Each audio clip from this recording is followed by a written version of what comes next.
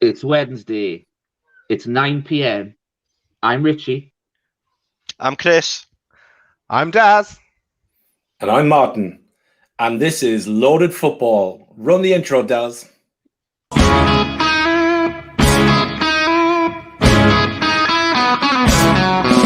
the joker, the expert, the voice, but you're one of the crowd.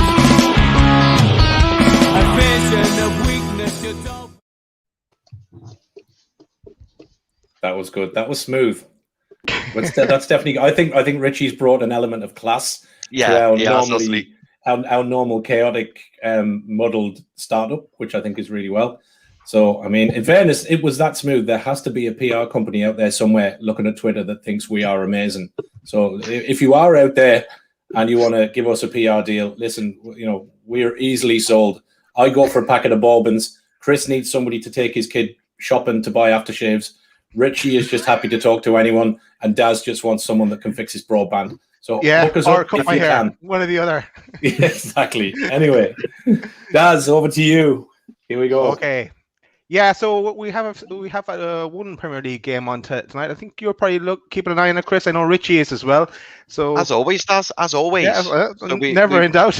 Never in doubt. No. So we're at Selhurst Park tonight for Crystal Palace versus Manchester United, and it's currently 0-0 at half time. And we also have a couple of championship games, but I'll run through the scores with you, but I'm not going to be keeping a close eye on that, I've got to be honest. So Bristol City are at home to Bournemouth, and that's currently 1-1 with 55 minutes gone. And then we've got Sheffield Wednesday at home to Rotherham, and Rotherham are currently winning 1-0. And we've also got Stoke at home to Swansea, and that's currently 1-1. Other Premier League games that happened earlier on this evening, we had Burnley at home to Leicester, and that finished 1-1. And we also had Sheffield United at home to Villa, who got a shock 1-0 win. Very professional, Chris. No one would know that you were after moving location about 10 seconds ago. Nice one. Of course, also we have our competition today. Last week we asked you for selections for centre back 2. We got numerous replies. We narrowed it down to 4, and we've got 2 of the people that selected 2 of our selections. Are going to join us later on, so look forward to that later on. But let's go to Loaded Headlines. So, you ready for what I've got for you today, lads? First up, bring it on. First topic is, and we're going to keep this in North London for a while. First topic is Spurs. Oh, not a great picture. Actually, I thought it'd work. I should have actually tested these out beforehand. Spurs, are they back to their best? Is this man back to his best? Better picture this time. Gareth Bale scoring 2 there at the weekend. And a triple header here in these questions. Should Spurs sell Harry Kane? Thoughts, lads? Oh, well, I'll go first. Well, are Spurs back? I don't know. They're too inconsistent from me. I don't think Jose knows his real 11. I think at the back, I think he's kind of chopped and changed. Doherty has come from Wolves and plays in a 3. And when he's being played in a 4 or kind of rotated around, I don't think he fits Jose's back 4. I think he's much better in a 3. Me personally, the guy he brought in from Madrid, Reguilon, I like him, and he's a quality player, but I don't think he's necessarily been playing right. Lloris Keane doesn't like him. Roy Keane doesn't like him. Yeah, Jamie Redknapp does though. However, big up Roy and Jamie. Quality view on the weekend, lads. Feel free if either of you want to come on chat. Yeah. Good. The midfield, I think Dyer's been poor at the back. He's made mistakes. I think midfield wise, I think they have missed Eriksen, that bit of creativeness. Son burst forward, and him and Harry Kane have this unforeseen telepathy. I mean, I think they've something like 20 odd goals this season between them, and something like 14 assists shared, which is like ridiculous for 2 players. They were talking the weekend about players with that kind of goal ratio and assists, and it was like the last ones they were talking about was like Shearer and Sutton, and Newell and yeah. Cole and Beardsley and Sheringham and York and players like these, and you're kind of thinking, God, there's not that pairing out there. But I just think that Jose doesn't know his team. I think Bale played really well the weekend, and I think I think that what I would say with Bale is, like any good player, class is permanent and form is temporary. I think if he gets in the team and he gets a run of games, I think he does well. But I don't think he fits Jose's team every game, because I think Jose tinkers around and he moves the goalpost, for want of a better word, around depending on the team they're playing. So listen, when we spoke at the start of the season, lads, I tipped Spurs for being up there. I remember. Well. Yeah, I know. Yeah, thanks. I thought they'd do well. And hey, listen, still a few games to go. They could go on a run, but they've lost a few. They're losing to teams you wouldn't expect. So yeah, I don't think Jose knows. Is he going to sell Harry Kane? Don't know, but I think Harry Kane is not the player he was. I think he's still scoring goals, but he doesn't have the pace he had. I think his legs are not what they were, which is why you see Son more advanced. But I think maybe for Kane, if he doesn't win nothing, then I think he's got to do something for his career, whether it's a move to Man United or he goes abroad. I don't think if Spurs don't win nothing this season, if I was Kane, I'd be away. That's my view. Yeah, definitely, Mark. I mean, I agree with a lot of the points you've made there. I mean, for me, Tottenham are one of those sides, aren't they? They're very inconsistent. One week they look unbeatable. Another week they struggle a little bit. And I totally take your point that you said, about Jose not knowing his best team. I think that's been an issue for him probably since he's been there. Obviously, they struggled with injuries when he first joined, which wouldn't have helped him. And I think as well, which some people don't take into consideration, I think the loss of form for Son has made a massive difference. Yeah. Because Son at one point, he was unplayable. People were saying he's the best player in Europe at one point because he just looked electrifying every time he played. So I think Son falling out of form, and obviously Kane, like you say, it isn't what he once was, so it doesn't appear to be. Maybe he's still not fully fit. I don't know, from when he came back from injury. But yeah, I expect a lot more from Tottenham, and I think that you look at the sides. I'm looking at their squad now. You look at their 11, and it's just full of internationals. It's full of top quality players. I mean, I don't necessarily agree with what Roy Keane said the other day. He was quite scathing of Tottenham. Maybe that's down to his previous run-ins with them as a player, but I don't say this very often, so you might want to quote me on this in the future. I do agree with what Jamie Redknapp said. I think they should be up there. I mean, Spurs for me are easily top 4, top 5, top 6 club, easy. And where they are now, it just doesn't, it doesn't correspond with where they should be. And obviously having a top manager like Mourinho.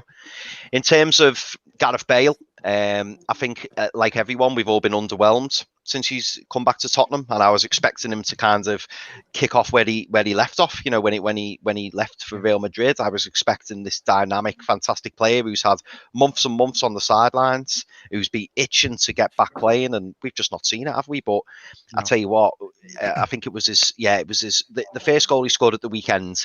It was just good timing. He nipped in there and poked it home from about 5-6 yards out. But his second goal was just typical Bale. I mean, he picked it up from the right-hand side, cut in on his left, and just pinged it off the post. It was just like, it just took me back. Was it like 2012, 2013? When he was pinging goals in from all over the place for Tottenham before he went to Madrid. And I thought, wow, is he back? So let's see if he continues that. And in terms of Harry Kane, some people may be saying, why are you even mentioning about Kane being sold? I mean, out of the four of us, it was myself who asked for this subject to be brought up, because for me, I do think Harry Kane is kind of on a downward trajectory. That's certainly how I feel. I'm not saying he's not a top striker, and I'm not saying he wouldn't walk into most Premier League teams and teams in Europe. But I just think if I was Daniel Levy, I mean, I can't think off the top of my head how old he is, but I'm assuming he's 27, 28. I would certainly, if people were banding around, with a 150 million price tag, especially in these COVID times, I would be very tempted to sell myself, because I think he's only going to get worse, in my opinion. But that's just my opinion. Just looking at Tom's question there, I know, Martin, you mentioned Man United or abroad. Where do you see him ending up if he does move on? I think abroad. Abroad. Yeah, I do. Yeah. maybe Madrid, or I don't know. But you know, a lot of like, we've seen it before. A lot of top, you know, UK centre forwards that have gone abroad have struggled.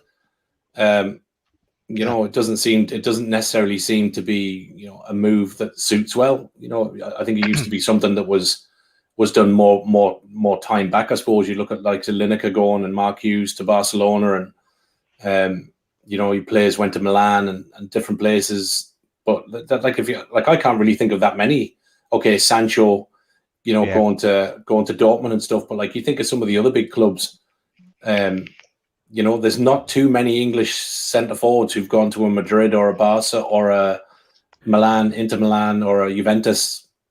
No, not at the peak of their careers. No, not recently. No. It's more the younger players going to Germany and breaking through that way, and then trying to get. I think you probably look at someone like Michael Owen has been the last big striker that went abroad at his prime, because he was when he was at Liverpool. He just didn't come back in his prime, did he? That was the problem. No, you should have said there. Sorry, Richie, MLS could be a destination eventually. Yeah. Somewhere like into Miami with Beckham. Beckham's brand's taken off, isn't it? There's rumours that that's where Messi could end up, possibly even Aguero. Richie, what do you think of Spurs? To be fair, I think they're probably one of 16 inconsistent teams in the Premier League this year. There's been one consistently good team, which would be Man City. And there's been 3 consistently bad teams, which is probably us, Sheffield United, and West Brom.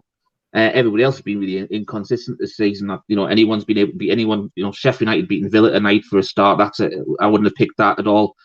I think when Bale came across to Spurs, the talk was that front 3 was probably going to be the best front 3 in the Premier League, but it hasn't been like that. It's taken nearly 2 months for it to develop, and I think those 2 UEFA Cup games against Wolfsburg have really helped Bale.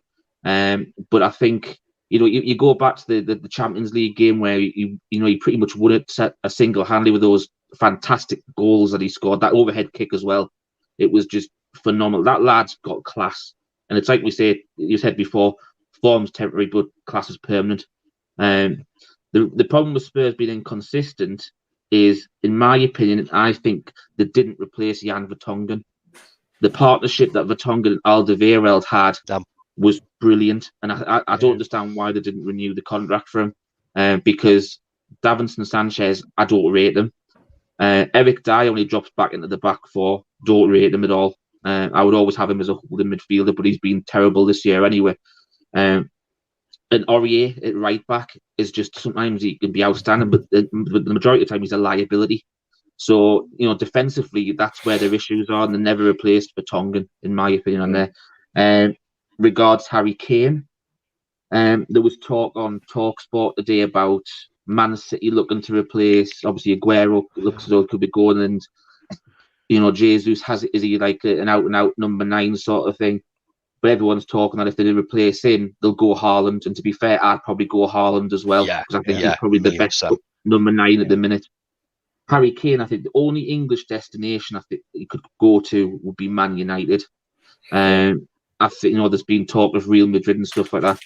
But this is a little prediction for you, and you've heard it here now. I do not think Harry Kane will beat Alan Shearer's record. No. He won't. His legs are gone. I agree. I've said it for a few years. I didn't think he would get it. There'll be a lot of people. I'll stand by that. There'll be a lot of people happy to hear that. But I'm just going to pick up on a few of your points, lads. Yeah, just on Kane. Yeah, he's 27 now. If someone is going to buy him this season, this summer is the time to buy him, really. On Roy Keane and Jamie Redknapp, the offer is open to Roy Keane to come on Paddy's Day. What a day to join us. He see the professional should we have here at Loaded Football. He may not want to leave. He may not go back to Sky Sports. So there you go, right? And what else was I going to say? Bale, yeah, I was going to jump up, put him in my fantasy football team straight away when he came in, but no.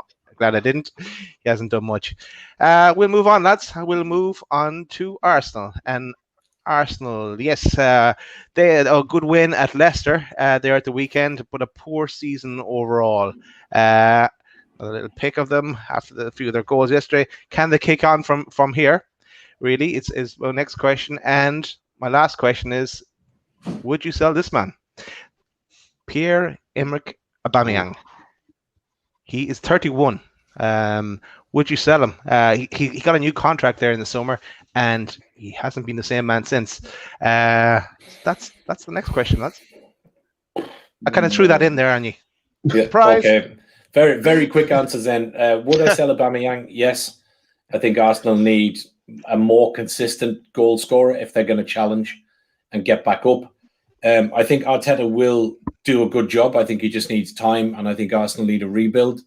I don't think Willian is doing anything for them. I think your man Saka, I think it is. I like quality young player. I like the lad. I like the young lad. Not Maitland-Niles. What's the other lad in the middle? The blonde lad who terrorised Newcastle. Smith Rowe. Smith Rowe. Yeah, love him. So I think Arsenal will come good. I think they've got potentials of a squad, but I think it needs a rebuild. And I think, to be fair, that was probably always going to be needed after kind of Wenger, and I think it's a hard act to follow as well. And then obviously, you had Unai Emery in the middle of that as well. So yeah, I think Arsenal will come good, but not just yet. I think it'll be a while. Yeah, no, I agree with you, Martin. I think it's the one good thing they've done this season, I think, is stick by Arteta. I think it was important to stick by him. I mean, that I've already let my feelings known about Lampard. I think Chelsea, Chelsea struck him off too quick. I think they should have stuck by him a little bit, especially given the challenges he had. But yeah, in terms of Arteta, he needs a bit of time. Aubameyang, that is a curveball, that does, because he's 31 years old, isn't he? He's not getting any younger, and it does seem like since he's got this new contract, it's just kind of like it feels anyway. Certainly from an outsider point of view, and if there's any Arsenal fans listening, by all means come and correct us. But it certainly feels, like he's down tools a little bit, like he's got his big payday, and he's like, great, I'll just coast through the rest of the season. Hopefully, he comes back and we start to see the player that he once was. And obviously he's the captain of the club as well, isn't he? So you'd think he'd be itching to get back on the pitch, lead by direction. But I don't know. I don't know what's happened to him. I don't know what's happened to him. But a top draw, Pierre-Emerick Aubameyang is, it's great to watch, even for the neutral. Yeah, it's superb. So I hope he comes back. Yeah, we did. Yeah, I thought actually after that game, I thought, here we go, he'll kick on now. Yeah. And he's not even getting a look in, is he, at the minute? And obviously Arteta watches him train every day, so we'll have to see. To be fair, you go back to the Newcastle game against Arsenal, and I think anybody could have been looked class against Kraft, to be honest, though, lads. But I always think that Aubameyang looked better through the middle, but he plays on the left quite a bit as well. But I probably would sell him because I think they've got so much young potential coming through. Like Martin said, Saka, I think, is a phenomenal young player, and I would love to see him play on the left in front of Tierney. I just think that's their partnership going forward for years. Smith Rowe is the number 10. Possibly on the right, that they keep going between Willian and Pepe, and Pepe he's failed to deliver to what they expected when he came in from the League 1. And you've still got Lacazette and Nketiah as your striker, really. But so there's a lot there still to cover for, and I think it's because of the season that everybody's having, it would be ideal. And bear in mind, you've also got to look at like Willock as well, and you've got Maitland-Niles as well. They've got a lot of good English talent, which is good for them and for the country. I would stick with a rebuilding and just build around that, and then once they've built on that and get the consistency and the experience of playing the Premier League, and while they're going through this little transition, I think it'll be nothing but beneficial, especially with keeping Arteta as well. Yeah, I think they're a good central defender and probably 3 or 4 players away, including a real top quality 20-25 goal a season man from being a quality side again. I mean, they're a good side, don't get me wrong, but they're not. The one thing I think they did wrong in the summer was I think they got rid of the wrong keeper. I really liked that Martinez who went to Villa. Oh yeah, totally agree. Rich. Totally agree. He's proved it. Villa got the second most clean sheets this season. I think they had. I think I saw a stat behind Man City.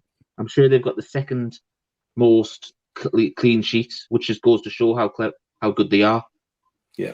And how good And he we've all was seen for what a good goalkeeper the difference a good goalkeeper can make. I mean, look at Sheffield United. They let Dean Henderson go back from, they got him on loan from Man United, and they brought that Ramsdale in for 18 million. And you can see the league table yourselves, can't you? Yeah. Even though they won tonight, they got their won victory tonight. Yeah. And Henderson is playing for Man United tonight as well. Yeah. Actually, I think. Sorry, I didn't listen to anything you said, Richie, because I saw this comment come up on screen, and it's directed towards you, Martin, and I just have been laughing ever since. It's when you dropped something there, and we're making all that noise. Yeah. Whatever. Funny. And all I'll say is at least he's watching this week. I don't know where he was last week. He needs to talk about pilots missing in action. Where was John Justice Allen last week? That's my question. Let's put that to the Twitter poll. Where was John Justice Allen last week? We weren't on his radar. Yeah, we weren't on his radar. Yeah, exactly.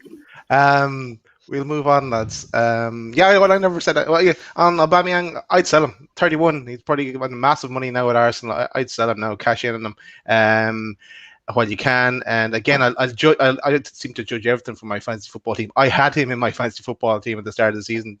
Other people probably did as well, because he was down as a midfielder. And I was like, yes, loads of points, but that backfired on me. Okay, I think it's time to move on to... Are you ready, Chris? As always. Loaded leaderboard. Beautiful. I thought I was a bit off this week. No. Yeah, hard to judge from every other week, really. Yeah, well, yeah, maybe. Okay, so we've got the loaded leaderboards again. One of my favourite segments, actually, I've got to say, boys. But the disappointment for me this week is I'm going to ask Daz to throw up the results so far, and I know what's coming, and that's what's so disappointing about it. I like to not know. Can we just like take him off camera or something? Can we just while it comes up? Actually, just get rid of him, and then we'll put it on. Yeah, there we go. Yeah, and now we can throw it up. I don't have tonight's results in, so okay, no problem. Here it is. I feel we should let him back in. Let him back in. He can see it. Back in your spot, though. There you go. Are you happy now? Class is permanent, form is temporary, lads. I did say on this show last week that Arsenal would go and beat Leicester, and you all backed Leicester and laughed at me and went, "Are you sure?" And I went, "Yep." It's a good point. And I wasn't too far out with most of the other results. The only one I got wrong was Sheffield United and Liverpool. Lads, I'm going to say that we're going to have to start moving faster, because we've got Alex from the Pacemakers in the green room, or in his own house, but in our green room. So welcome, Alex. We'll get you in about 10 minutes. So let's go to... I'll remove the banner again. Let's rattle through these. So... Okay, boys. So go for it. I will start with... I'll start as always, and then we'll go Daz, Richie, Martin. Yeah. Okay, so we have got Fulham at home to Spurs. Boys, it's got to be a Spurs win. It's got to be. Spurs win for me as well, Chris. Spurs. Oh, see, I'd love to go the other way, but I'll go Spurs because I know what it means. Gareth Bale hat trick. Chris. Okay, so we've got West Brom at home to Everton. So I'm going to say draw. I'm going to say Everton. Everton. Yeah, Everton for me. Okay, boys. We've then got Liverpool at home to Chelsea. It's a tough one. I'm going to say Liverpool home win. I'm going to say draw. Draw. Chelsea win. Love it. Not as much as he loves playing his broadband. 2 weeks in a row during his segment. Yeah. So he only gets one opportunity to talk, and he goes off. Between that and the quiz, everything else works perfect. When he gets chance, it goes. Brilliant. Okay, I love it. I carry on. As you carry on. Okay, so Burnley, Arsenal. I'm saying Arsenal. Arsenal, yeah. Then we have Sheffield United, Southampton. I'm saying a draw. I'm saying a draw as well, because Southampton are pitiful at the minute. I'm going to go Sheffield United. Next up is Villa Wolves. I'm saying Villa. Draw. Yeah, I'm going to go for draw, Richie. I think you're right. Next up is Brighton Leicester. I'm saying Leicester. Leicester. I've been backing against Leicester all season. Do I dare do it again? You've got to back them. You want them to win. Yeah, go on, Leicester. If Brighton win that now, he's gone. He's gone is right. Next up is West Brom Newcastle. I'm saying Newcastle. Newcastle. Somehow. Newcastle, yeah. Should we add him back in? No, leave him. Let this segment go first. Let this segment go, and then Adam. Right, go on, keep going. Sorry, have we all spent minute selection there? Right. Move on. We did West Brom Newcastle. Liverpool, Fulham. Yeah, Liverpool, Fulham. I'm saying Liverpool. Liverpool. Yeah, Liverpool. Man City, Man United. I'm saying draw. City. Spurs, Palace. I'm saying Spurs. Spurs. I'm going to go Palace. Chelsea, Everton. I'm saying draw. Chelsea.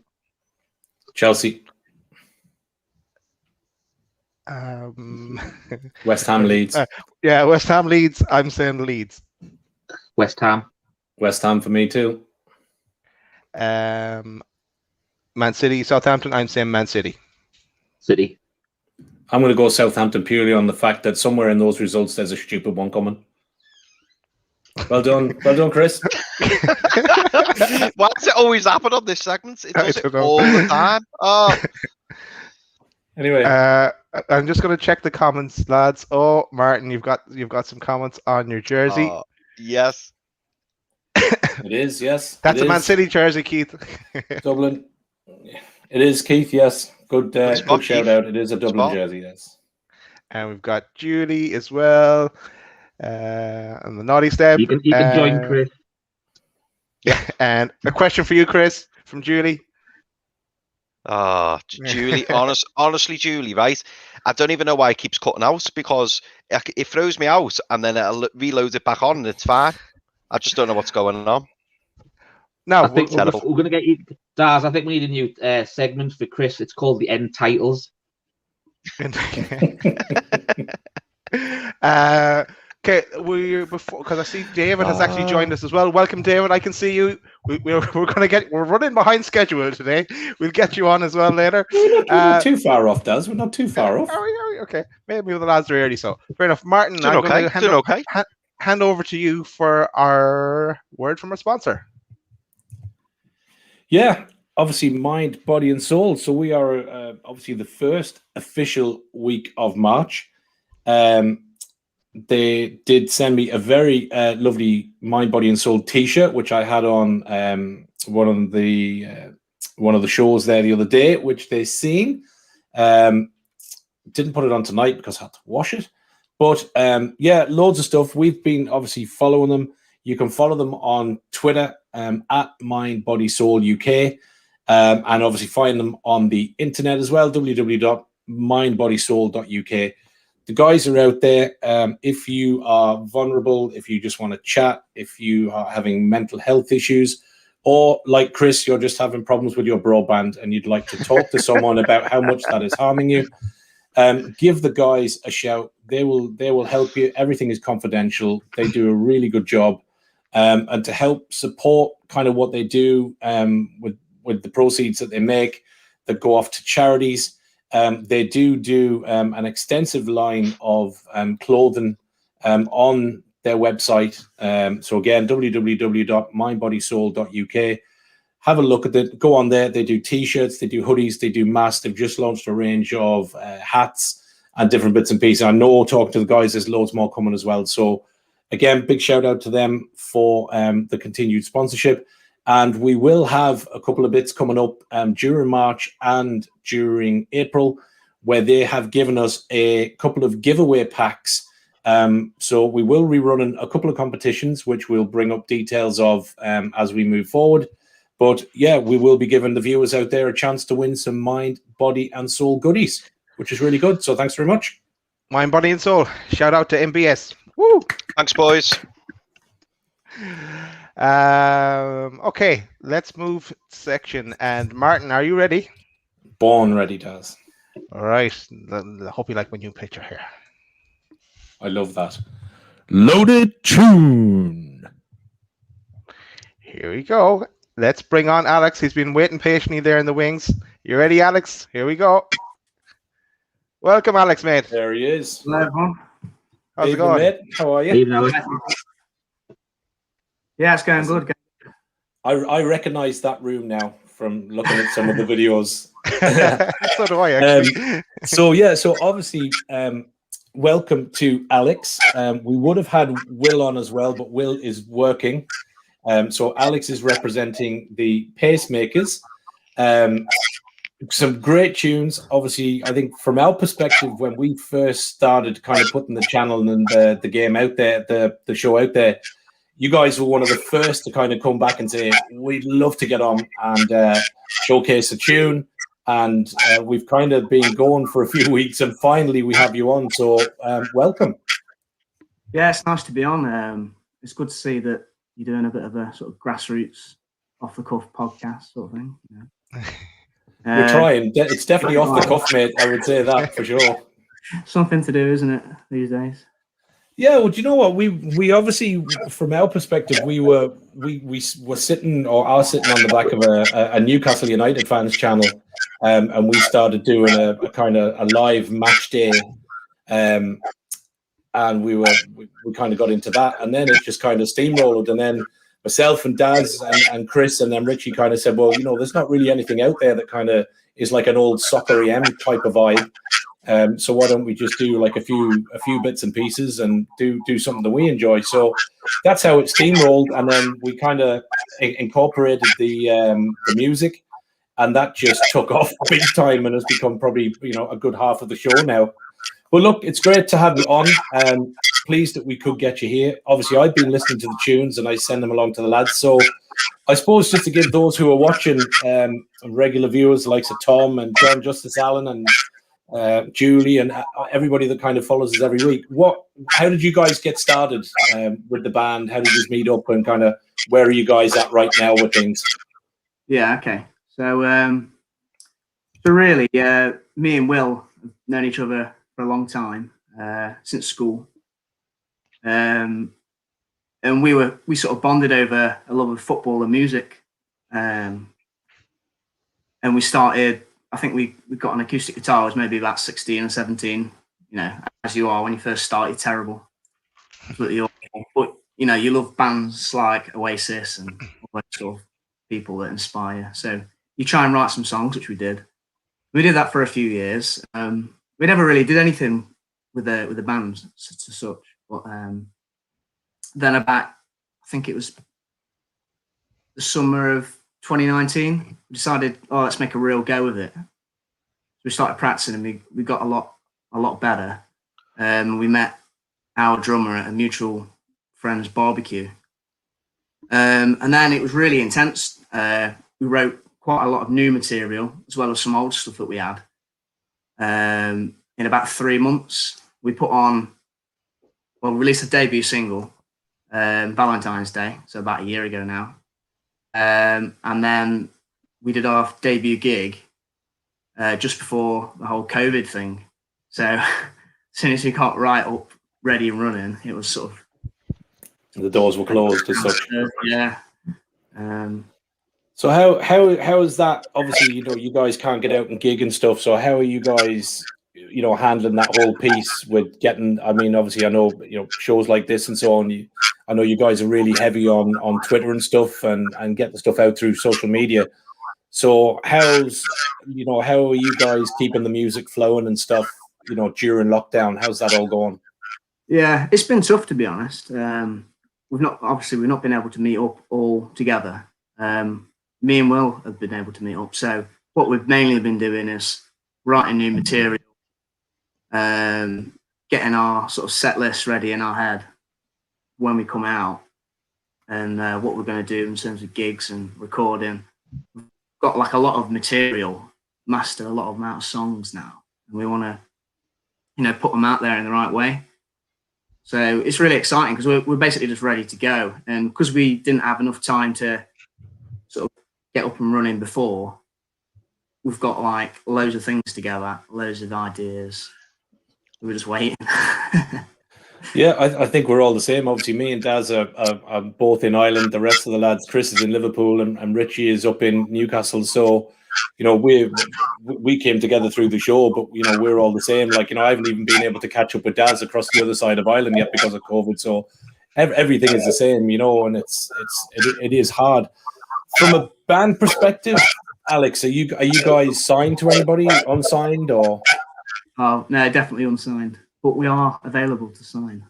Yeah, very good. Well, we will obviously keep promoting you and stuff. So I think we've got some questions more about the music. We've got definitely some questions about football, which I know you are a lover, and you're a Derby fan, I believe.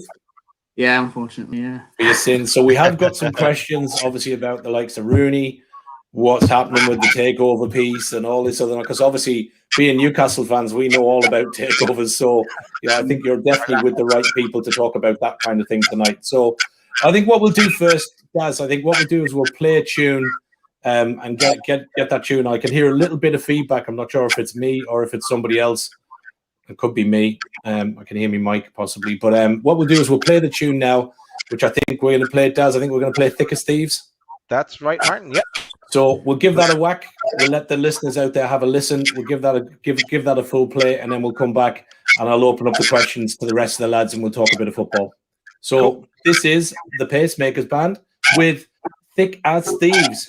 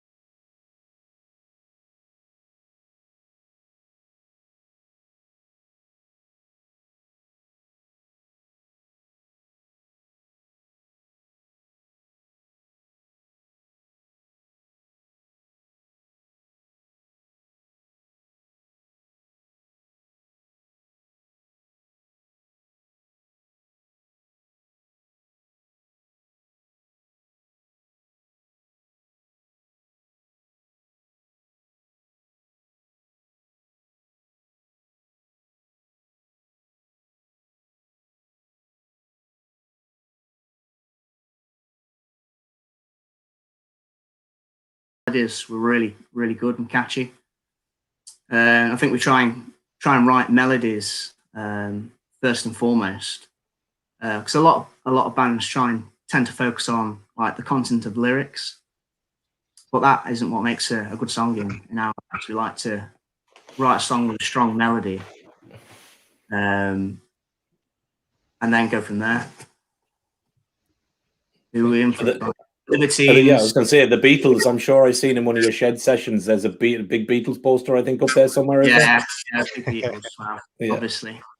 A lot of Looks like Mick Jagger behind you as well, is it, from Stones? Yeah, we've got Mick here, got the Who here. Yeah, we like bands like the Pixies, the Smiths, all sorts of just guitar music in general. You know, if it's a good song, it's a good song. I think off the single Thick as Sea, I thought had a very Arctic Monkeys feel to it as well. I don't know whether you thought any of the little lads thought that, but I thought that's usually a good start when you cut the songs, isn't it? Where you can be compared to the Arctic Monkeys. Well, yeah, I'll take that. I was watching Arctic Monkeys earlier, actually. Live set. I mean, like we grew up with Arctic Monkeys. It was a lot of our generation of music, and it's amazing how many bands it inspired. So yeah, definitely Arctic Monkeys were inspired by bands like that, and all those sort of early noughties bands, indie bands. Yeah. Another question there from the comments from John Justice Allen. Alex, have you wrote a song about lockdown and COVID? Seems like a theme for a song. Yeah, it's difficult that because I think the best thing to do is if you're writing about something like that, you've got to write about it, but not specifically talk about the situation. I think what we've done more so when writing is you're reflecting on. I think we've all had time to reflect on certain things about the world sort of around us. So I think, you know, drawing inspiration from that as opposed to necessarily the lockdown. It's more what looking and reflecting. Yeah, it's been a good time to write songs. I feel like we've got to the point now where we're like, yeah, we need to get going. Like we're itching to just rehearse. We've not rehearsed as a full band since about October. It's a long time. Yeah, Alex, I want to take it off topic, mate, and I apologise, but I'm dying to know what your feelings are on this BZG takeover, because obviously you're probably aware, you know, BZG were linked with us, and I think it broke in the news saying the deal's done. It's all signed, sealed, delivered, and we were all ecstatic. I remember I was painting my daughter's bedroom at the time, and I literally had to stop. I had to go in the garden, and I was like, oh my God, I can't believe it. I cracked open a beer, and I was absolutely delighted. And then obviously the coming days, weeks revealed that it wasn't the case. And I hear, and I could be wrong, but I hear that that's a bit of the case with Derby, where, you know, they've announced that this takeover is happening, and now it seems to have hit the ice a little bit. Yeah, they announced it, and like you say, I mean, you started looking into it. Are they like one of the richest oil? Yeah, they're like got a lot of money anyway. I don't know if it's not the sort of like Man City type figures, but we're like, oh, okay, we're going to get some players in, going to get some investment, and we seem to be on track now. It's almost gone really quiet. No one really knows what's sort of happened. Because we're like, oh, we're getting we had Rooney taken over, and we're like, we're going to have a financial takeover. We're going to get loads of players, but it didn't happen. So I think Rooney's gone and dragged players on loan from Premier League teams and that sort of thing. So yeah, it's gone really quiet. I mean, that's a big advantage, isn't it, of having someone like Wayne Rooney? I mean, obviously, like you've said, he's very inexperienced, but just imagine the contacts he's got in the Premier League. He could basically pick up the phone to anyone, couldn't he? Yeah, I think that's a massive advantage. Frank Lampard was the same. Those players, like Mason Mount and Wilson, they were great players. And I felt like, you know, we never replaced him, and that's probably why we're 18th. I mean, Mason Mount's playing for Chelsea now, which goes to show how good he was. I think that's the case, though, with a lot of these young players. Sort of now, I don't know if anyone else feels like this, but I feel like it'd be better to spend, you know, 19, 20, 21, early 20s, even if you're playing for a championship club, playing day in, week out, score 20 goals, and then move on. I feel like everyone wants to jump the gun now. I felt a bit like that with Frank Lampard, actually, when he left for Chelsea. I felt, well, you've only been a manager for a year. he could have stayed for at least another year to try and get us promoted. And now, obviously, he's joined Chelsea, and then he was booted from Chelsea. I mean, I'm not surprised because they do it to all the managers, but yeah, it just goes to show it doesn't matter who you are. If you don't get results, these owners will just give you the boot anyway. That's the thing, isn't it? It's a results business, and it is very cutthroat at times. And I mean, we were talking about it earlier. I don't know if you heard us, Alex, but we were talking a little bit about Frank Lampard and Chelsea, and we were saying, well, I was saying anyway, I felt a bit sorry for Lampard because I felt like they got rid of him too quick. But then I suppose as a Derby fan, I'd probably feel differently, and I think, well, good riddance. You should have stuck around a little bit longer with us. Yeah. Not to have a dig at Frank, because I thought he was a pretty good manager, and I think he probably will be whatever side he goes to next. Yeah. But yeah, like Chelsea would have come at some point. I think he probably was like, oh, I don't know if they'll come again, so I've got to go. That's it. Yeah. So yeah, I don't blame him. I mean, I probably would have done the same thing. I think Gerrard's going to be in the same position with Liverpool, isn't he? If and when Klopp leaves, I think they will approach Gerrard, and it's whether or not he feels ready. That's it. I mean, he's more than proven himself up there. He's like, what are they, like 20 points clear or something? Yeah, it's ridiculous. Yeah. I'm going to answer one of the questions here from Donald. The single is on Spotify because I've seen it there. Isn't that right, Alex? Yeah, we're on Spotify, on every social media, go in, and I'm sure you'll find us. Perfect. Okay, do you think we'll go for? Oh, Martin, you're on mute. Again, what is going on tonight? I don't know because I keep hearing feedback. I don't know if it's just me, but I don't know what's going on. But anyway, I think are we going to rattle on to loaded quiz? I know Alex is dying to test. We didn't throw in any curveballs despite his protestations on Twitter. So and he is down to obviously Will has dropped him well and truly in the shit tonight and left him man down. So I think we'll take it easy. But let's rock and roll with the loaded quiz and let's see how we get on. I have one question for Chris. Do we have a backup in case of Robban goes? Yes, I have forwarded the quiz to yourself and Martin via email. Well, hopefully there won't be an issue. Cool, perfect. So let's. Are you ready, Chris? I'm ready. Loaded quiz. Here we go. Right, and boys. Let's have a look at the leaderboard. Actually, just see what you're up against, Alex. Wow. So we've got two people joint on 12. We've got Moonlight Parade and we've got the Johnny Ash Band who were on last week. And then we've got Sam Lambert, who's currently in third on 11 points. And then we have Jace Campbell, who's fourth with 10 points.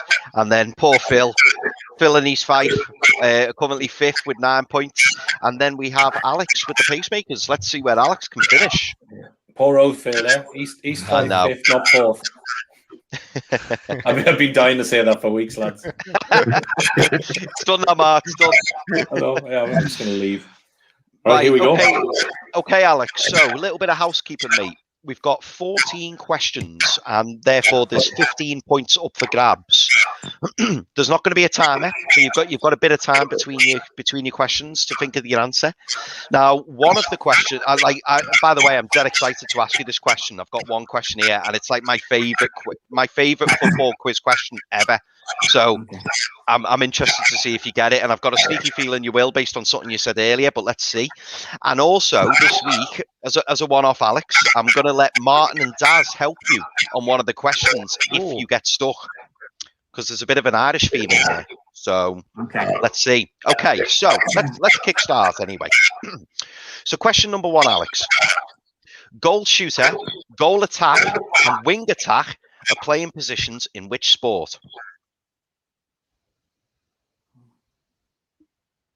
I'll repeat it for you, mate. So it's goal shooter, goal attack, wing attack at playing positions in which sport?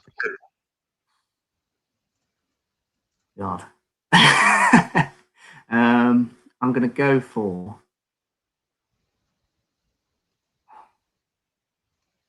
I'm going to go for rugby union. Total gas that. Okay, mate. Question number two. In what year were Derby County founded? 1884. Just repeat that again for me, sorry. 1884. Okay, mate, lovely jubbly. Now, this is the one that Martin and Daz, feel free to jump in and help Alex with this one if you want, okay? So, which Irish rock band sang "The Boys Are Back in Town"? Thin Lizzy. Thin Lizzy. Doesn't even need you, boys. Doesn't even need you. Love that. Okay. Question number 4. The dunny is an Australian term for what?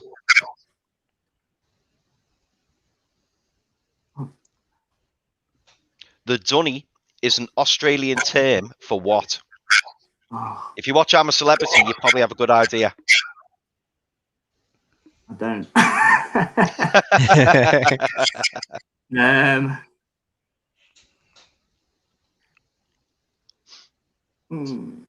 I'm gonna. The dunny.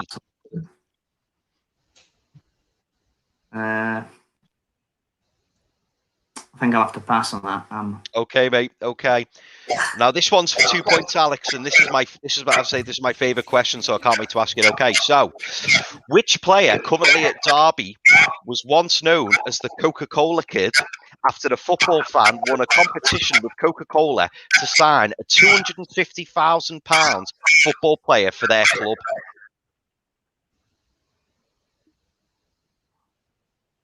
So I'll repeat the question, mate. Which player currently playing at Derby County was once known as the Coca-Cola Kid after the football fan won a competition with Coca-Cola to sign a £250,000 football player for their club? And I'll give you the clue. You said his name before, so that's why I was laughing. Colin Kazim Richards. Okay. Now the second one. This is a bit harder. This is the second point for this question, mate. Okay. Which current Premier League club did he sign for at that time? So the lad won the prize, and he could pick a club for him to go to, and it's a current Premier League club. And I'll give you the clue. It's a lower down Premier League club. And again, boys, if you want to help him on this one, 'cause it's a bit more difficult, feel free. Oh, I think I might know this. Do they play in red and white? Red and white? Yeah. No. What was the question? Go again, Chris. Question. Okay, so you know, Colin. I might as well tell you now because you got it right. Colin Kazim Richards was the Coca-Cola Kid, and the reason he was the Coca-Cola Kid was because a lad won a competition with Coca-Cola, and they said, "Right, you've won a £250,000 player, and you can send him to the club of your choice." And the lad supported this particular club, and they currently play in the Premier League. And I want to know what club it is. And it's a lower Premier League club. It's not one of the big ones. Brighton. You going to go with that, Alex? Yeah, go on then. We'll go with Brighton. Okay, boys. Right. Next one. Can you name me the second largest town in Derbyshire after Derby? Oh, second largest town. The second largest town in Derbyshire after Derby.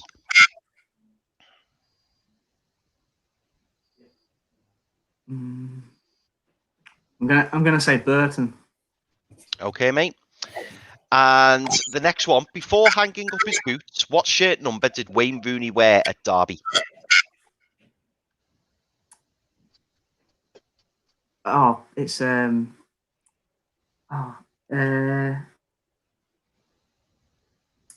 know this. 32. There you go. I was going to say, I'm going to give you a little clue. It's the same number as your sponsor. Okay. I was trying to think of the sponsor. What was the boxer Muhammad Ali's birth name? Cassius Clay. Okay, mate. Derby have a tough away match at the weekend, and you could call it a 6-pointer. Who was it against?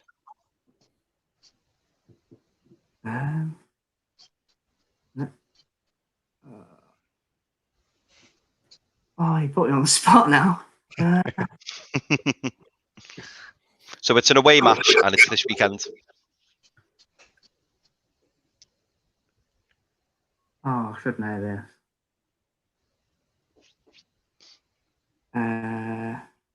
Who is it?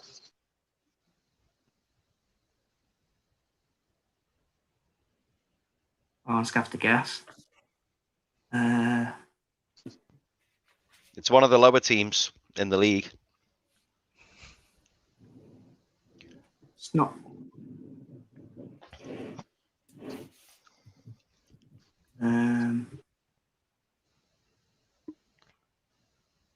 It's not.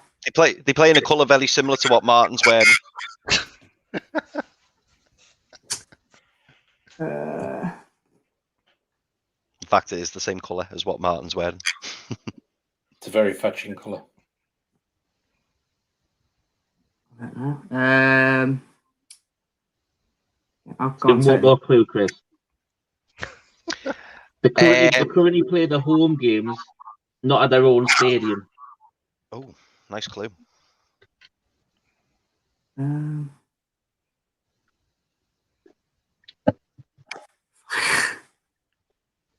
Pass if you don't know it. We'll move on. Yeah, I think it's not. Is it Sheffield Wednesday? Okay, mate. Next question. What headphones company, co-founded by the rapper Dr. Dre, was purchased by retail giant Apple? Beats. Okay, mate. What planet is closest to the Earth? This is a trick question. As if we would do that.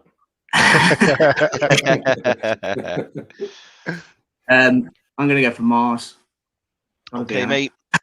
The next one is, how many strings does a violin have? 4. Okay. And the next one is, what is the chemical symbol for hydrogen? H. Had 2 chemical questions in the last 2 weeks, boys. Do you like that? Okay. Yeah, Everyone's always learning. Okay. Educational show. Yeah, exactly. That's what it's all about. And the final question, as things stand, who is currently bottom of the championship table?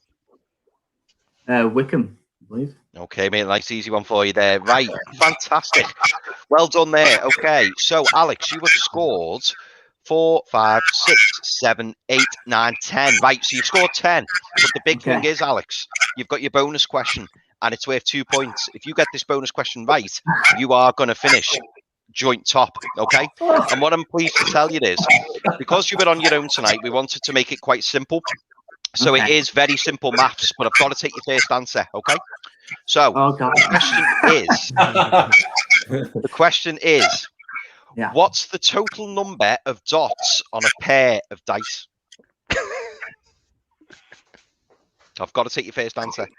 So it's the total number of dots on a pair of dice. But there's no trick question. 40. Okay, mate. Okay, right. I'm afraid you got that wrong. But I appreciate the way you went full in there. I love that. Right, okay, so I'm going to quickly tell you the ones you got wrong overall, okay? So the goal shooter, goal attack, and wing attack are playing positions in netball. The dunny is an Australian term for a toilet. The second largest town in Derbyshire after Derby is Chesterfield. Derby have a tough away match at the weekend, and it is against Coventry. The nearest planet to the Earth is Venus. And unfortunately, the very last question there, mate, the total number of dots on a pair of dice is 42. So you've got 6 plus 5 plus 4 plus 3 plus 2 plus 1 is 21 times 2 is 42. But well done, mate. 10 points. It's a good stab at 4. Well done, mate. Well done. Good score, mate. I think that's a massively valid effort at a fairly tough quiz on his own. So I think that's good round of applause there, lads. I think that was well done, mate. Well done, Alex. So that's not bad. Though 10. So where does that put? Let me go to the board again. Got to be fair, doesn't he? Is it on joint 4? So joint 4 with Jace Campbell. There you go. That's not bad. Very respectable, mate. Very respectable. I'll take that. Can I just pull up? Can I be an adjudicator here, lads? The closest planet to the sun is actually Mercury, not Venus. Venus is the second closest to the sun. Well, I've got to say, Rich, I don't want to pull you up, mate. But the question was, what is the closest planet to the Earth? I thought you said the sun. No, the Earth. So, Where is it? That's right. This is what happens. This is. I love what it though, happens. Rich. I love it. I love you defending him. I love it. This is what happens when you only come to half the planning meeting. Anyway, and only stay for half them. Half of as well. All right. Lads, I think we're going to move on. And Alex, I'm going to we'll get you to stay if you're free to stay. But I'm going to put you on mute because there's a bit of feedback, and I think it could be coming from your mic. So unmute if you want to say anything, and I'll just try it. See, does it help? Yes, yeah. I think it does. So anytime you want to speak, Alex, just hit unmute, and you can speak to us again. Cool. So Richie, are you ready? I am. Time for Loaded 11. Lovely, Richie. And I know you want to know the results of last week's poll. Centre back 1. Here it is. Over to you, Richie. On there. Jesus. Do you know what though? I will definitely take I will take a little bit of happiness out of that after all of Daz's nice slide and everything else. Sergio Ramos finished above him. So do you know what? Thank you, those who voted in the poll, just to show Daz that being an arse with a slide does not count. It wasn't a slide; it was a picture. It was a slide. Congratulations to Franz Beckenbauer. Well done. Well done, Richie. Well done, Richie. Well done, lad. There he is. He slots into our team, and there you'll see in our team there that we've got one centre back now, but there's one centre back 2 position missing. So as we put out the poll on Twitter, we had a number of entries, as I mentioned earlier. So we narrowed it down to 4, and here were the entries. Let me put the entries up and the names of the people that made the selections. Here they are. So Funcy. He went with Jonathan Woodgate, David Shepherd, who's actually with us. He's on the. We'll bring him on now in a second. He's gone with Daniel Pascarella. Jordi Rohr has gone for Franco Baresi, and Ben, who's also with us, has gone with Fabio Canavaro. Very good. So. I think we'll go to you, Chris. We always go to you first to talk us through. That's the way the order we put it in. I don't do this on purpose. I'm sorry, Richie. I'm kind of taken over describing this, but because I have the pictures, it probably makes more sense actually. Now that I think of it. Okay, are we going to bring the guys on as we talk through this bit? They've been sat in that green room maybe long enough. Yeah. We're going to bring them on one by one. Oh, we'll bring them on both at the same time. Let's bring them on. Bring them on. You ready, David? Are you ready, Ben? I think Ben has a problem with his camera. But can you hear us, Ben? No, he's frozen. But Dave, can you hear us? Yes, fellas. Thanks for letting us on. Hi. Lovely. Dave, welcome, mate. Welcome to the show. Great to have you on, David. Great to have you on, Ben, as well. Hopefully, it gets fixed. So we'll go with the first selection. We'll go with you, Chris. Are you ready? I think I'm ready. So have I got someone on here supporting me over this selection? No. You have, it was the selection came from Fun C. Fun C, right? Okay. Fun C, I'm doing this for you, mate. And do you know what? You must be a Newcastle fan. I'm assuming you are, because I love Jonathan Woodgate probably as much as you love Jonathan Woodgate. But when I read out this description, mate, it's gonna hurt. But let's just go with it, okay? And I love Jonathan Mulgate, by the way, so I don't think you've made a bad pick. In terms of centre-backs, right, boys, Jonathan Mulgate is probably one of the most underrated Premier League centre-backs that there has been.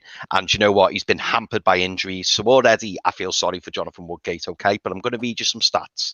So Jonathan Woodgate had a playing career with Leeds, Newcastle, Real Madrid, guys, Middlesbrough, Spurs, and then it went a bit downhill, Stoke. He made 383 club career appearances with 11 goals. Somehow, he only made 8 international appearances. And believe it or not, his only trophy was the Football League Cup with Spurs. So I think do you know what, mate? I'm going to have a real difficulty getting Jonathan Mulgate in here. Let's hope all the Newcastle fans are watching, because we really need to get voting for Jonathan Mulgate, because he was fantastic. He made fantastically poor.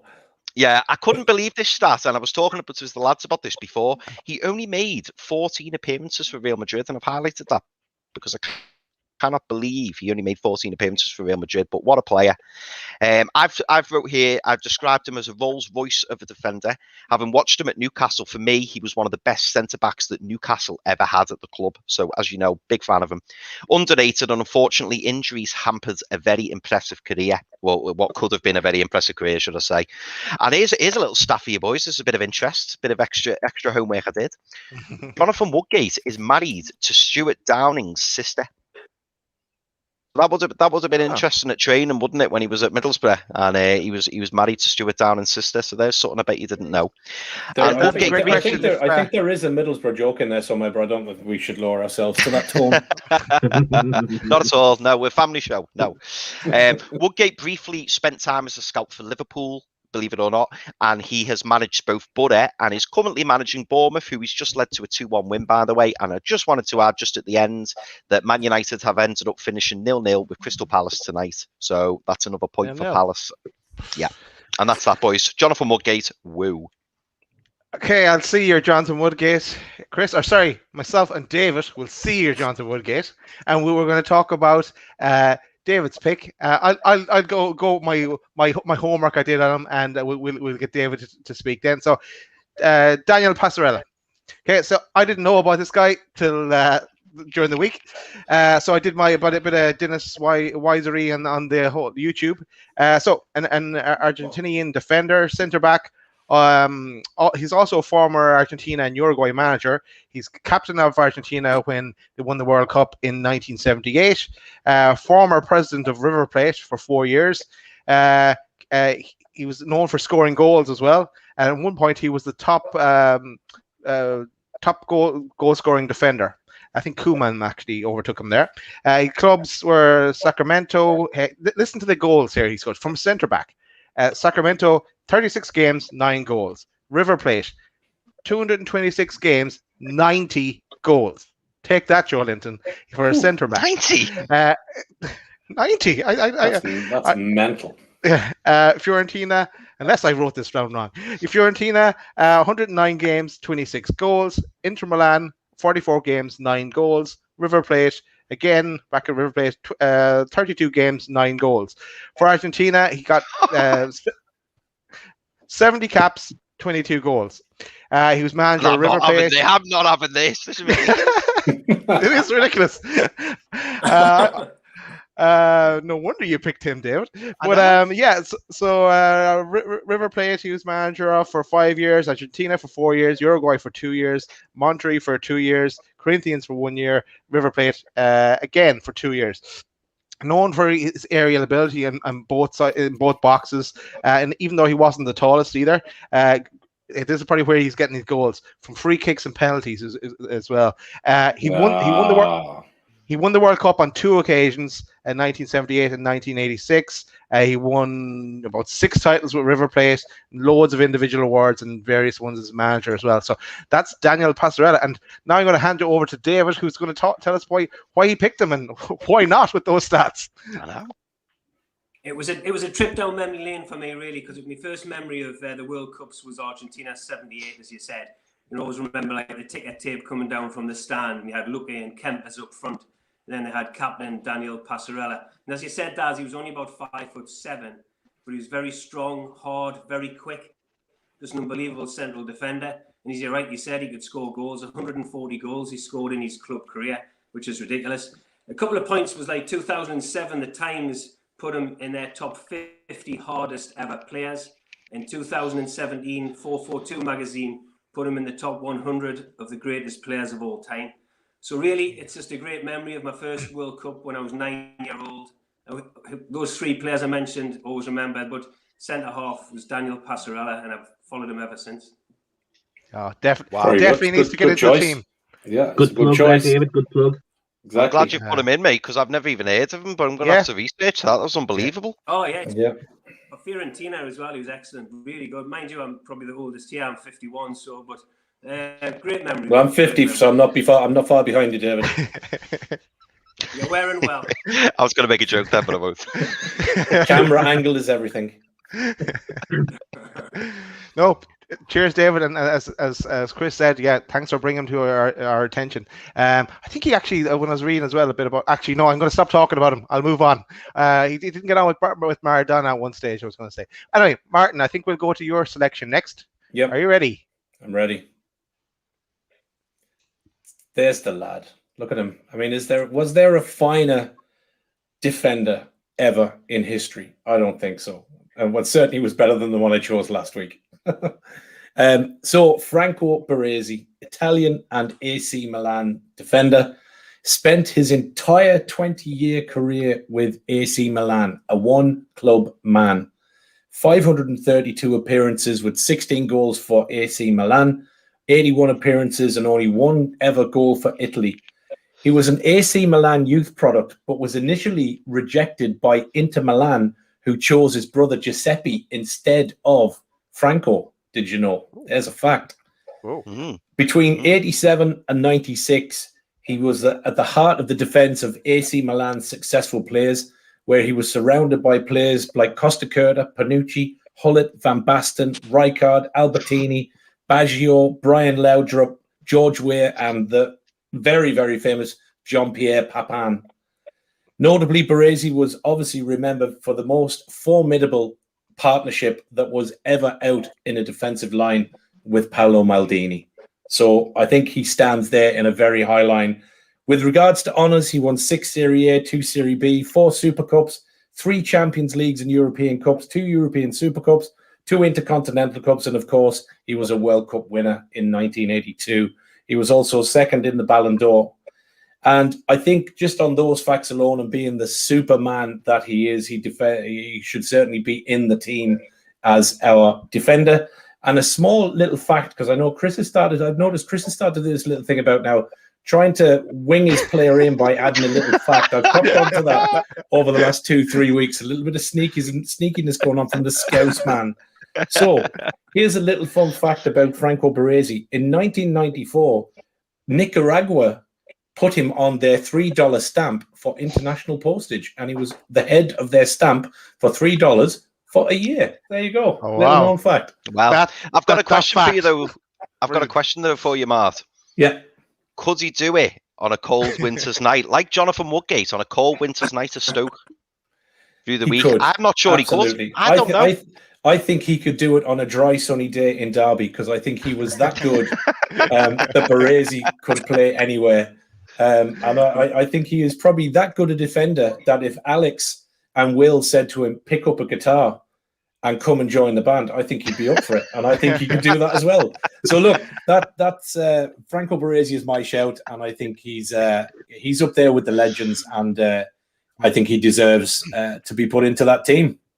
Yeah, and Alex, I hope you're thinking. I'm going to come to you at the end of this selection. I hope you're thinking of a centre back as well to suggest. So I think we'll move on from Franco Baresi. Yeah, he didn't score that many goals, Martin. Don't like him. Yeah, let's go to you, Richie. And actually, we have apologies from Ben.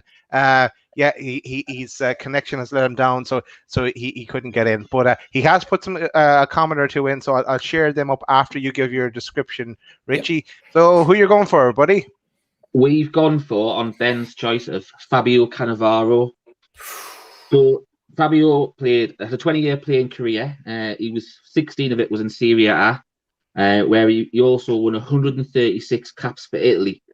He represented Napoli, Parma, Inter Milan, Juve on 2 occasions, and sandwiched in between the Juve one, he actually moved for a 3-year spell at Real Madrid. Now, his domestic honours, there isn't many. Okay, he's only ever won the UEFA Cup, the Coppa Italia twice, and the Super Coppa Italia. That is the only domestic honours, which I was very surprised about. Yeah. Wow. And he won the UEFA Cup with Parma. Parma, I was going to say, yeah. Yep, which was the team that was made up with Aspria, Zola, which was a fantastic team. However, what he did do in 2006, he probably had the year of all years. He led a pretty average Italian side to the World Cup, which I think, if you know, they always seem to flatter to deceive, and they always used to grind out results and stuff like that. But in 2006 as well, he also was the World Player of the Year, and he is the only defender in history to have ever been announced as the World Player of the Year. In the same year, he also won the Ballon d'Or, and he's only the third to have done that as well, behind Beckenbauer, which obviously was my choice last week and made the team, and also a surprise choice, actually. And the second one was Matthias Sammer, which I was surprised with. And because obviously there was no domestic honours really there for him, and Daniel Pascarella sort of took the thunder on my little nonchalant little known fact for him. Would you believe that Fabio Canavaro was only 5'9"? Yeah, it's incredible. That is incredible. Tremendous. Sorry, Rich, I didn't mean to laugh all the way through that. The reason I was laughing, mate, is because all these little underhanded plugs are just going on. And when you said, so my last player, who was in last week, by the way, just so we're clear, he made the team. And then you were saying about the facts and all that, just made me laugh. And when do I get first pick, by the way? Can I just ask? Wait, we did the spinning wheel thing. You remember the spinning wheel, and that's you got third. I got last pick. Hey, but I'm happy. I did get first, but unfortunately I was busy decorating. St. Martin nicked it and got Baresi. And yeah, since we've all met, snooze you lose. Made up a fun fact. I'm going to just make up one that David is actually related to Daniel Pascarella. So yeah, that's my fun fact. Believe it or believe it not. And actually, I want to add Ben's comments in as well. Unfortunately, Ben couldn't. He tried to get on, but it didn't work out. So these are some of Ben's comments. Fabi has to go down as a no question Ballon d'Or 2006. And did you see his performance versus Germany in the World Cup? World class. Cheers, Ben. We'll get you on next time. Hope I did you proud, Ben. Actually, there's something that popped up on the comments here as well. I think we should put it on screen. Since a lot of us here are Newcastle fans, I want to put this comment up. Where did it go? This one from Judy. There's an exclusive from Craig Hope. About a bust up with Richie and Bruce. Wow. And Richie calling Bruce a coward. Okay, so I don't blame him. I don't blame him. I'm on. Sorry, lads. I'm on Twitter here, so I've got the exclusive. I have got the well, it's on Twitter first, so I'll claim it from a YouTube perspective. So Craig Hope exclusive. Matt Ritchie called Steve Bruce a coward during training ground showdown as NUFC barges into player who tells Bruce, "You've done, excuse my language, fuck all for me." Ritchie and others are furious with Bruce's blame game for Wolves' goal. Absolute huge unrest with Newcastle players and Bruce. So yeah, it's not good. And then a couple of people commenting saying he is said to have telephoned Bruce after the game and wanted to have it out there and then. However, Bruce held. Bruce held him off and said he would not speak to him until he was at training on Tuesday. So another day off then, yeah. Another day off on Monday. Yeah, there's a couple of exclusives. So yeah, it's obviously not looking good, lads. And yeah, thanks for that, Martin. And thanks, Julie, for putting the comment up as well. Yep. Another comment from Ben about Fabio Canavaro as well. And Alex, we'll go to you. Do you want to? Who's Alex's centre back? Yep. Yeah, who's your centre back? Okay, I'm going to go for someone that I grew up watching and I thought was a great defender. I'm going to go with Carlos Puyol. Great selection. I like that one. Because he was. I used to watch Barcelona on Sky Sports, like when they were at the peak all the time, like sort of 2010 era to 2014. Captain, that team was unbelievable. It was so fun to watch them play. It was like watching them play, like it's like a FIFA match or something. Yeah. And then he won, obviously, the World Cup with Spain. So I'm going to go with Carlos Puyol. Did you vote last week, Alex? That's the question I have here. I did, yeah. Good man. There you go. Pretty good. That was my selection last week. There are some quality choices. There's some quality choices we got coming through. Everybody getting involved. So yeah, I think it's good. David, did you vote Rio Ferdinand? I went for Puyol actually last week. Ah, see? He still didn't win, though, Daz. I know. There was only 93 votes. There was something wrong with the system. Puyol would have got it otherwise. Bit like your spinning wheel. Yeah, exactly. I think, lads, I'm going to talk about what's happening next week. Yeah, let's have a look at what's next week. So what's happening next week? I'll bring it up here. So next week, the 10th of March, we're going to have loaded headlines. We're going to have a loaded leaderboard. We're going to have a loaded tune with the special guests, the underclass, next week. We're going to have a loaded quiz to try and topple the leaders in that leaderboard. We're going to have a new section called Loaded Mystery Guest. That'll keep people guessing for the week. We're going to have Loaded 11 again. And next week, we're going to go defensive central midfielders, and we'll get the guests involved as well in that. Follow us on Twitter at Loaded Football, on Instagram Loaded Football HQ, and so subscribe to us on Loaded Football on YouTube as well. Shout out to our sponsors as well, Mind, Body and Soul. And was there anything else I wanted to say? Yes, there's one other thing I wanted to also say, because next week we're going to move. We have been on Steve Wraith's channel for the last 7 shows, but we're going to go be brave, and we're going to go out on our own. We're going to move to our own channel. We will send out the details to everyone. We want to say a big thanks to Steve Wraith for first of all for his advice at the start, and then for letting us use his studio. And cheers, Steve. Thanks for that. Thanks, Steve. Thank you. We're not leaving NUFC Matters, where we'll still see us for match days and whatever Steve needs us for. But yeah, we're going to try and go on our own as well. But cheers, Steve. So anything else you want to say, lads? I just want to check the comments. There's probably a few more comments in before we leave. There's a few Bruce out.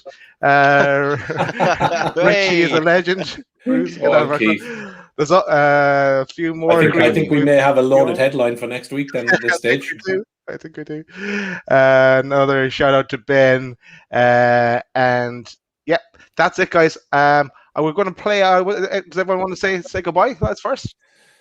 Goodbye from me. Yeah, it's goodbye from me. As Daz said, a quick one for me. Obviously, another shout out to our sponsors, Mind, Body and Soul. Get onto Twitter at Mind, Body, Soul UK. Have a look. Get online. Get on the site and get yourself a snazzy T-shirt or a hoodie or a couple of bits online. Money goes to the charities. It's a really good cause. So get on there, help support it, and do that. As Daz said, look, thanks to Steve, but we are going to give it a go. Keep watching. Loaded Football will be the mainstay onto our own channel, but we do have a load more show ideas coming up. So keep watching us, keep following. There is a lot more to come from the boys on this panel, and hopefully we look forward to pulling people along, growing the channel. People like David, Ben, people who are watching us now, we hope you follow us and come with us on the journey with us 4 guys. And we're going to keep the music and the tunes going. We've got some cracking bands lined up. We've had Alex tonight. So from me, Alex, I know we've been chatting over a good period of time. Thank you very much, sir. We will keep following you. We will keep promoting the tunes. And as I said, with most of the bands that come on with us, lads, if there's somebody out there that's looking to sign unsigned bands, get in touch with Alex and Will. Get a hold of the Pacemakers band. You heard the tune. Get on YouTube. Check the tunes out. They're really good. Somebody needs to give these guys a deal. So get out there and have a look for them. Yeah, cheers. That's it for me. It's a good night for me. Yeah, good night from me, lads. I just want to say, yeah, thanks to Alex for coming on. David, lovely to have you on. Hopefully we'll have Ben on next time. Yeah, just a massive thank you to everyone who's been watching the show, and also a special thank you to Steve, for supporting us. And yeah, just as the lads have already said, we're not going anywhere, Steve. We're just moving off a load of football, but yeah, stick on with the NUFC matters. But thank you everybody for watching, and I'm really looking forward to hearing about this Matt Ritchie story now. Can't wait.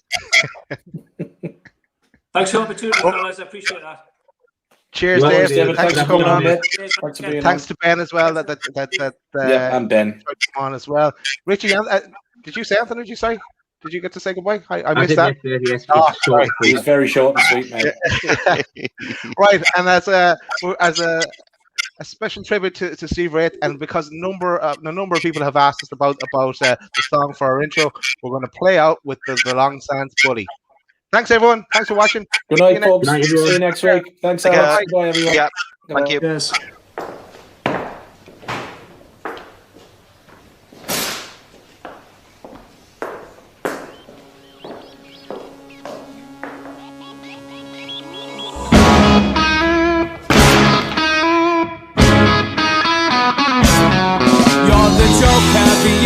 The voice, but you're one of the crowd.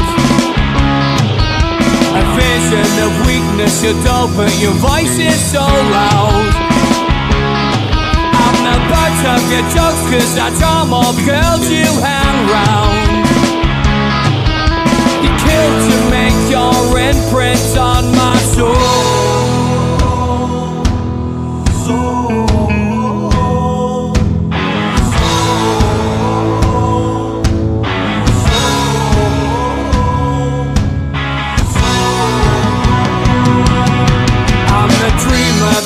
With the heart and the lungs of this land, charismatic and fun, I can laugh off the benches you hand.